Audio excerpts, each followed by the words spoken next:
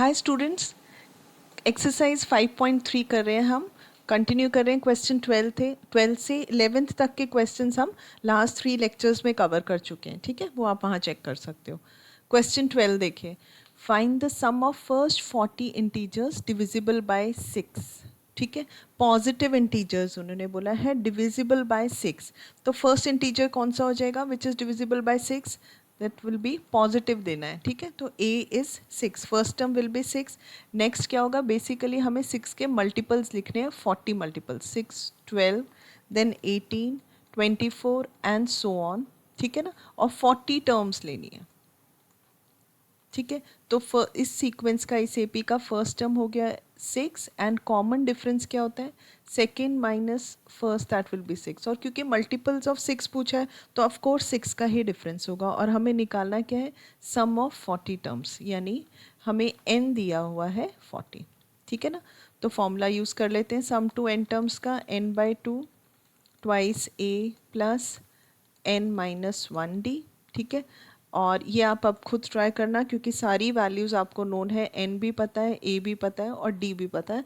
You just simply have to substitute these values in the given formula और calculation कर लो, आप सब निकाल सकते हो। सिमिलर क्वेश्चन है ये, क्वेश्चन 13 एग्जैक्टली सेम है।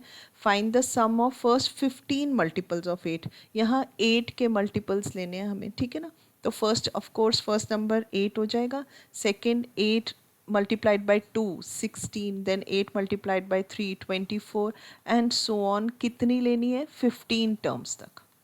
ठीक है, तो बिल्कुल वैसा ही क्वेश्चन है। आपको फर्स्ट टर्म पता है a 8 है, common difference of course is second minus first, again 8 and sum to 15 terms निकालना है, n is equal to 15। Direct आप सम टू 15 टर्म्स का फॉर्मूला लगा सकते हो। और इनफैक्ट अदर वे क्या है कि 15 टर्म्स पूछी है ना, तो मतलब 15th टर्म क्या होगी, 8 multiplied by 15, 8 multiplied by 15 is 120। तो इसमें अगर आप चाहो तो ये वाला फॉर्मूला भी लगा सकते हो, लास्ट टर्म आप ऐसे कैलकुलेट करके। ठीक है, बस वैल्यू सब्स्टिट्यूट करो, आपका आंसर आ जाएगा। नेक्स्ट क्वेश्चन देखो, ये तीनों क्वेश्चंस ऑलमोस्ट सेम ही हैं।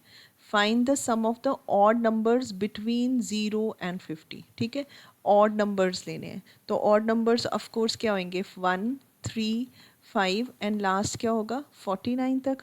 ठीक है, तो आप इसमें फर्स्ट टर्म पता है आपको और लास्ट टर्म पता है, इसमें नंबर ऑफ टर्म्स कितनी होंगी, क्योंकि देखो 0 और 50 है तो हमें पता है इसमें 25 इवन नंबर्स हैं एंड 25 ही ऑड नंबर्स हैं, हमें इनका सम चाहिए। तो इसका मतलब आपको फर्स्ट टर्म पता है a, common difference is 2, second term minus first term, and number of terms पता है आपको 25, एंड इनफैक्ट लास्ट टर्म भी पता है 49।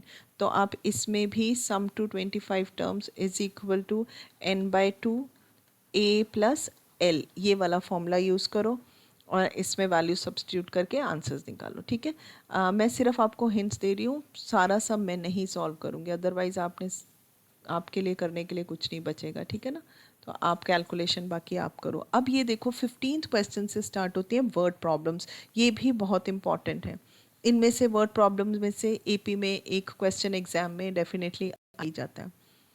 15th क्वेश्चन देखिए, a contract on construction jobs specifies a penalty for delay of completion beyond a certain date as follows: rupees 200 for first day, 250 for second, 300 for the third, and so on.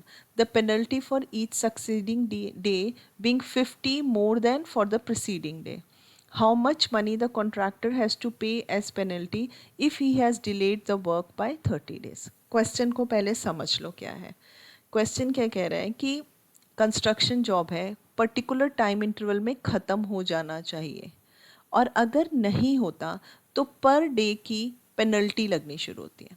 समझिए आप, suppose करो work था 15 days का, तो 15 days में complete हो गया तो नो पेनल्टी, लेकिन अगर 16 डेज़ में कंप्लीट हुआ तो 1 डे की पेनल्टी लगेगी, फाइन लगेगा। कितना, 200 रुपीज़ लगेगा फर्स्ट डे में। अगर आप एक दिन लेट होते हो तो फर्स्ट डे का पेनल्टी 200 आएगी, नेक्स्ट डे में 250 लगेगी, अगर थर्ड डे तक पहुंच गई तो 300 लगेगी कि यानी हर दिन 50 रुपीज़ से पेनल्टी इंक्रीज़ होती जाएगी।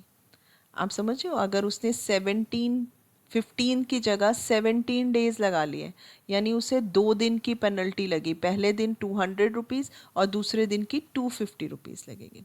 करेक्ट है, समझ आ गया आपको। अब वो कह रहा है कि अगर जो कॉन्ट्रैक्टर है उसने 30 डेज डिले कर दिया वर्क, यानी उसको 30 डेज की टोटल पेनल्टी कितनी देनी पड़ेगी। ठीक है, तो हम देखते हैं कि how this is an AP. First day की उसको पेनल्टी देनी पड़ी 200 रुपीज़, सेकेंड डे की 250, थर्ड डे की 300 एंड सो ऑन, 30 डेज तक चला ये। ठीक है ना, तो टोटल पेनल्टी कितनी होगी, इन सब का सम, ये सारी अमाउंट का सम। तो देखो कितना आएगा, मतलब मुझे कैलकुलेट करना है total penalty for 15 days. Penalty will be 200 plus 250 plus 300 plus and so on. ठीक है, तो देखो इसमें फर्स्ट टर्म आ गई 200 एंड कॉमन डिफरेंस आ गया सेकेंड माइनस फर्स्ट, 50 रुपीज़ हो रहा है ना।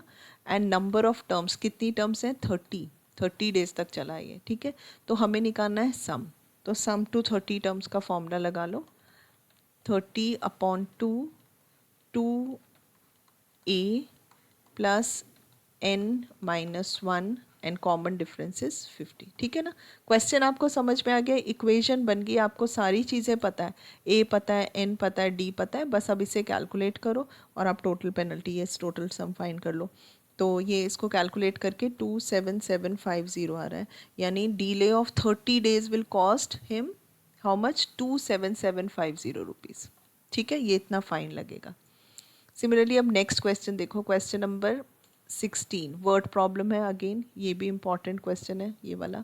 तो क्वेश्चन देखो क्या है, a sum of rupees 700 is to be used to give 7 cash prizes to students of a school for their overall academic performance. If each prize is 20 less than its preceding prize, find the value of each of the prizes. मतलब क्या है कि total 700 rupees है, उससे उन्होंने 7 prizes देने हैं, 1 2 3 4 5 6 7 prizes देने हैं।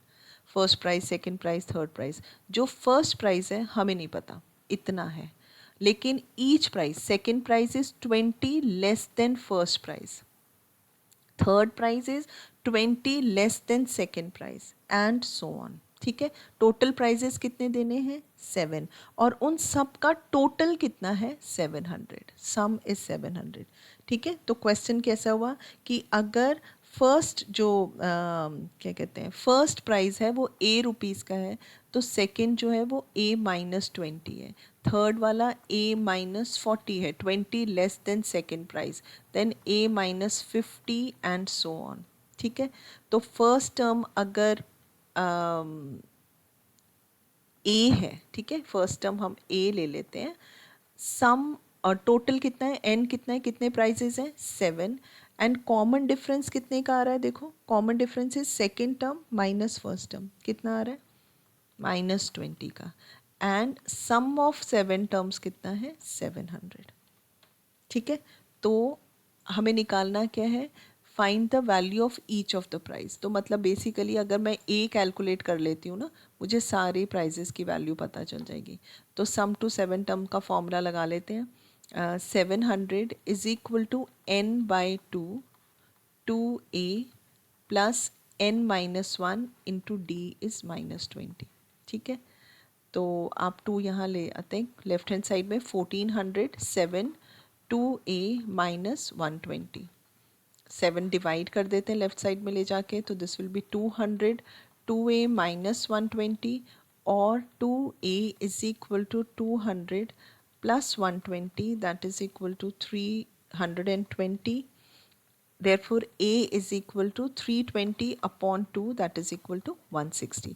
तो देखो a हमने क्या लिया था, फर्स्ट प्राइज अमाउंट। ठीक है, फर्स्ट प्राइज था ए विच इज़ हमने जो कैलकुलेट किया 160 रुपीज़ का, and each prize is 20 rupees less than its preceding price. तो सेकेंड प्राइस कितना है, इससे 20 लेस, थर्ड, और उन्होंने पूछा find the value of each of the prizes, तो हम 7 प्राइजेस की वैल्यू निकालते हैं, 160 140, obviously next will be 120, 20 less than this is 100, then 80 then 60 कितने हो गए 1 2 3 4 5 6 and last price will be 40 rupees.